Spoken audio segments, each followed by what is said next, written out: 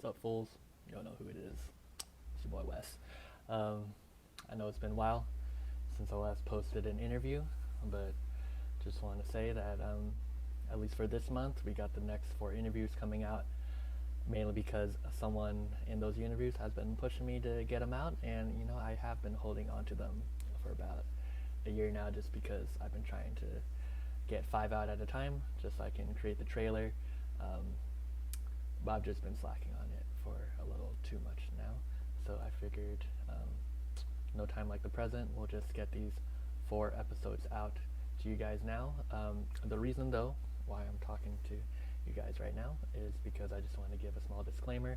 The interview from which you're about to see with my boy Mr. Jacob Awada, who is also the founder of Check It Out Hoops Hall. It's a nice basketball related meme channel. I suggest you guys all go check it out. The interview we did it at a park. It was a little windy.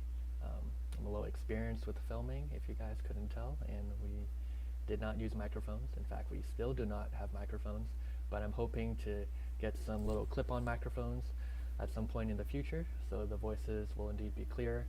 But for a disclaimer, the volume might be a little wonky. I tried to increase it a little bit to account for the increased wind and the increased traffic that we have. So there are some sections where the audio sounds all right, and some where the audio is a little muffled. I'm not gonna lie, but hey, we learned from our mistakes, and hopefully future interviews are better, and maybe we can get Jacob on the podcast in the future again, where we'll have clear audio. All right, and with that, here's the interview. All right, what's up, fools? We're out here above the neighborhood that we live at. The continuation of the series within the series, where I'm trying to interview all my classmates, and today we got Mr. Jacob with us. How's it going, man? What's up, Wes? How's it going, man? Thanks for having me on your episode. Yeah, I have to grab this guy before he blows up too big on his social media, right? Not at all. Appreciate it. We'll link it in so people can check out if they want to. But real quick, normally the first question is, how do you know me? Of course, people now know that you're in the class with me. Do you remember the first time that we interacted? I do. So this was before COVID. A lot of us were still grouped together. I actually worked with Wes. I don't know if he remembers this. We were lab partners, but we were kind of like partnered up a little bit. Like we were in the same lab, and every time we just both did have partners, and we would work with each other, and we did it quite often. This is for C-Skills? This is for C-Skills, yeah. You remember that? He doesn't remember that, but I remember. That's how I met Wes. Maybe the way he met me might feel a little different, but my memory's so that's when I remember meeting you, bro, and it was cool. Didn't really talk too much. I didn't talk too much, and then like I thought he didn't like me, or he was just quiet for some reason. As I got to know him, exactly, that's his personality. So yeah, that's how I think. It takes me a little while to open that. Nah, me too, bro. I respect it. It's all good. All right. Second question is, we're all PT school, so I think you want to do PT, but can you tell everyone what your prior work experience has been, and maybe what kind of population you want to work with once you graduate, and if you have any other future businesses you want to try to do? Yeah. So I'll just kind of give like a quick backstory. So I didn't even know PT really existed until I had to do physical therapy myself. I'm pretty sure everyone has a story of, oh yeah, I got hurt and then I went to physical therapy, I fell in love with it, I wanted to try it out. That was kind of my experience, except I didn't really feel like I had too good of an experience with PT. So I just started doing more research. Ended up like volunteering, specifically at a hospital, Rancho Los Amigos. It's a big inpatient rehabilitation center for people with traumatic brain injuries. So that was like my first experience, and it was like pretty intense. But I saw like it was pretty rewarding. I got to meet like a bunch of patients, see the progression, and then I just kept volunteering. They also have like inpatient and outpatient over there, so it's kind of what you would tell me about with your experience. So I tried the outpatient, and it was pretty cool. I guess honestly, I was just set on PT school. That my experience kind of wasn't the derailing factor, as much as like I already knew I was going to do it, and I volunteered as part of the process. Yeah. So that makes sense. But I don't know if I'm missing part of your question. No. How about once you graduate, do you want to stay working with like traumatic brain injury patients, or Gotcha. like you want to go to sports? Or? So working with the patients themselves was really rewarding and fun. I would love to work with them again. But in addition to that, the hospital setting is pretty intense. Yeah. like you see some rough things. You have to be more. I guess you have to be more willed because you're really helping people like really move around instead of just like telling you what to do, kind of guiding them. It's like the smell's kind of strong. Sometimes when you go inside the hospital, it's like you can tell people have been going through a lot. Now I don't know if like I'm not ruling it out. Maybe in the future, I kind of as we're like in school have liked ortho more. I'm looking forward to like our first rotation experience coming up. So I mean that's where my mind is set right now. But anything can happen. Right. Anything can happen. Nice. So I guess to get into a little more of the deeper questions of this interview, is there a cause or issue that you think is important, but you feel like it doesn't really get the attention or recovery?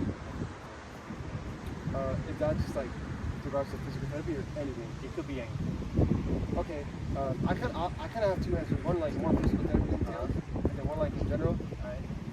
I'll start off with like the physical therapy one, which is I feel like a lot of people don't get the quality care that they deserve, and it might not. It's like not their fault. Like if you're a child or if you're like in high school, just the circumstances you were in, like economically.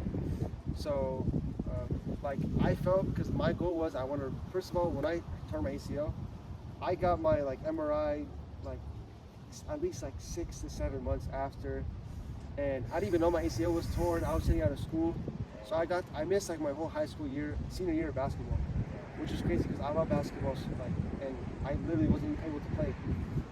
And just that whole process was like unfair. When I went to PT, I went to like a clinic where it was kind of like a mill, so you see like a lot of patients at once, and I kind of felt like, yo, like, are you hearing what I'm trying to say? Like, I didn't feel like I was valued on a personal level to come back. And I know a lot of people talk about that, but I feel like there's a lot of kids out there like who are in my position that are in that position right now, and like regardless of if you can afford it or not, I just hope that people can deserve that, like get that care that they need.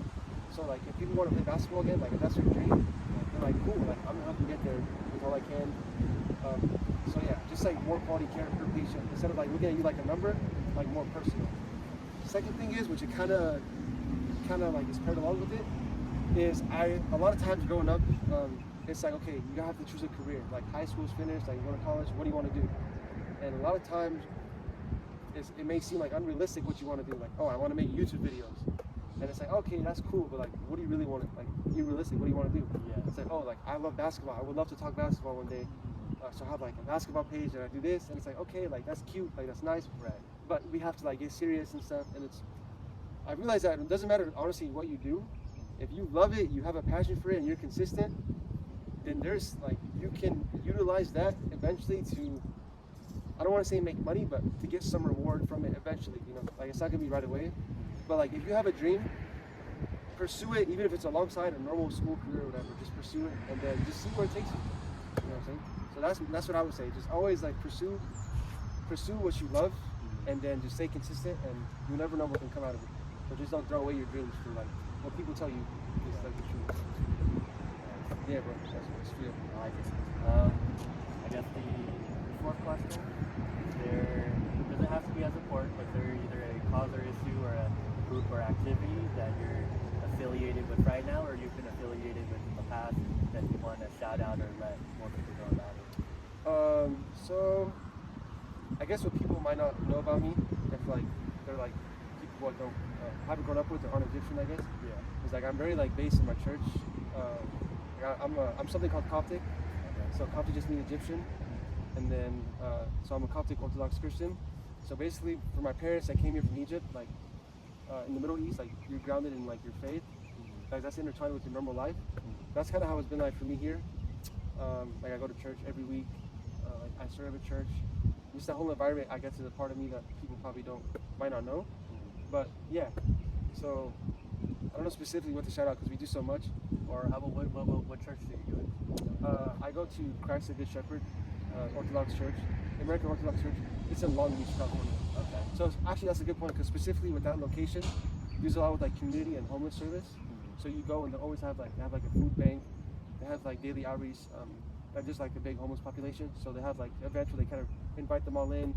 They always try to cook for them, just kind of help them out. like go out to LA, feed the homeless, stuff like that. So it's kind of weird saying that because I don't want people to think like, oh, this guy does this and that. I should probably do it way more, and I think everybody should. But yeah, so that's pretty cool. That gives you perspective, and always like you should always be serving somebody else, and you're actually serving yourself more when you do that instead of like you helping people. Yeah, for sure, bro. And I guess to just kind of conclude this interview that we're having, what are your goals for the future?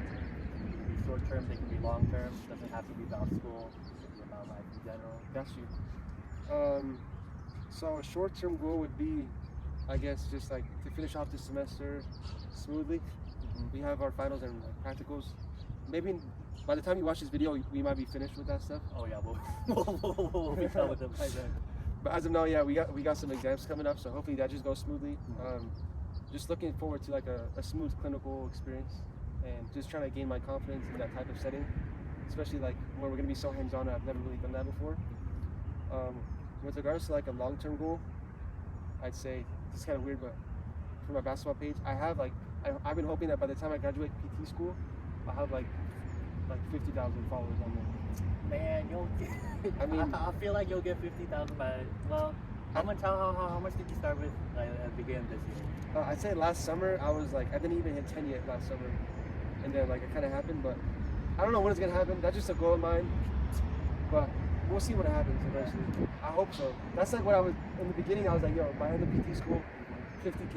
Yeah. And then, I feel like you're like 50K by this year. No chance. Hey man, I see this kid grinding. He always putting out stuff, and I enjoy seeing the stuff you put out. And hopefully, you know, it can become something that you can also use as a business. Utilize, yeah, for fun. Whatever comes out of it, whatever reward that comes out, whatever. Yeah, exactly. So and then like you said before, then when you be patient. Hopefully, if you have like a side flow, then you don't have to focus too much on like that patient being a human because you have to. Exactly. Like it'll be a way of, like I always tell people, I think you've heard this too. If you want to make money, and I've talked to because a lot of people can make a lot of money. I say, don't do PT because that's not your motivation to make. Like that shouldn't be your motivation to make money. Yeah. Because there's a lot of other careers that you can make a lot of.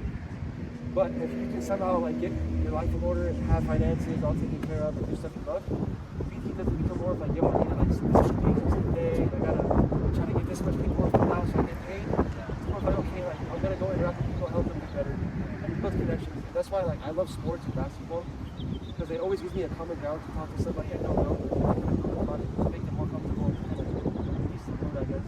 Yeah. For me personally, so yeah, man. I hope you guys appreciate all these videos that Wes does because he takes a lot of time with these and they're fun, and I watch them. So I feel like the actual videos I don't put too much effort into putting them out, but I mean like this is more of a cool thing. At least I feel like this part of the project is more of a cool thing for me, just talking and interacting with you. I think especially like I've said in some of the previous interviews, like Jacob's one of those people that I feel like I'll see around, always smiling, always saying hi, always goofing around. But you're in a different pod than I am, and I feel like the pods have made it so some of us got really close, and then a lot of other people we just didn't really build those same types of relationships. So like what I've really been enjoying with some of these talks, especially with you, like Ramel, Chrissy, a bunch of other people who aren't in my pod, I was able to learn more about like what drives you, what you do out of class, learn about, like you said, you're part of like that church in Long Beach, learning about all the different things that you do. And I just remember at the beginning of orientation, it's like, all right, like this group of people it's gonna be your family, you know? Exactly. And then I was left thinking like a couple months ago, like, yo, I feel like there's like 50 people that I just straight up don't know anything about. So like I was already doing the series, and I figured this would be a cool way that I could get to know each one of my classmates a little better. Yeah, man. And make a little video at the same time. I'll be like, it's fun. You know? I love how you say that because that's what I tell my partners in my pod is like, man, this experience is so unfortunate because there's so many of my classmates I didn't get to meet and to like, because you get it from a superficial view, like you see me laughing. I think a lot of people think I'm goofy or I'm always like laughing and smiling and I'm not serious. I'm like mischievous, but I feel like once you get to know me, like I'm pretty chill. And I feel like that's the same way for a lot of people in our pod. everyone has like cool side things they do or like interests, and like a lot of we didn't get to really experience that the way other people have. Or even the other way around. I feel like there's some people who, well, I mean, if you guys don't know, we started school like January, and then they locked everything down in March. So we really only got like 2 months to like get to know everybody. And I feel like looking on kind of the other end of that spectrum, there might be some people that we could have maybe not gotten the best impression of in that first 2 months, and then just kind of written them off and just been like, I don't think this person's cool anymore. And then you actually like sit down and talk to them, and you're like, I kind of wish I didn't like write that person off because they're actually a really cool person. 100%. I have a couple people in my mind that, sorry Art if you're honestly. But bro, exactly, which is unfortunate. And we have the biggest class in AP history, which is like 74 students or something like that. In comparison to other classes, which is like only 30 students, super tight knit. So like if COVID would have hit them, it wouldn't have affected them as much because they're smaller. So the class would have split in half. But yeah, and hopefully in the years to come, we'll get the time to kind of get to know each other more. With that, thanks again. Thank you, Wes, for having me on the show. Yes, sir. Thanks for coming out. Thanks for answering my questions. I know it wasn't as much of an active episode. We weren't really shooting here journalism. Yeah, but we're gonna hoop after this. We're gonna hoop a little bit after this. But well, like I said, the series will continue as long as people will come out and talk to me, and I definitely appreciate everyone. Hopefully nobody rejects you. If there's classmates still watching this that aren't on the episode, like what do we gotta do? Like what do I gotta say? Like go hang out with Wes, he's a cool guy, go get active. We learn about movement, but we probably don't exercise it ourselves. Yeah, I'm gonna clip this right here, just and every time. So I was like, I'll be like, all right, Jacob, come on. I gotta get active. I gotta hold myself accountable. Exactly. All right, man. Appreciate you guys. I appreciate it. Thanks, bro. All right, and we'll see y'all in the next one. Oh. Yeah.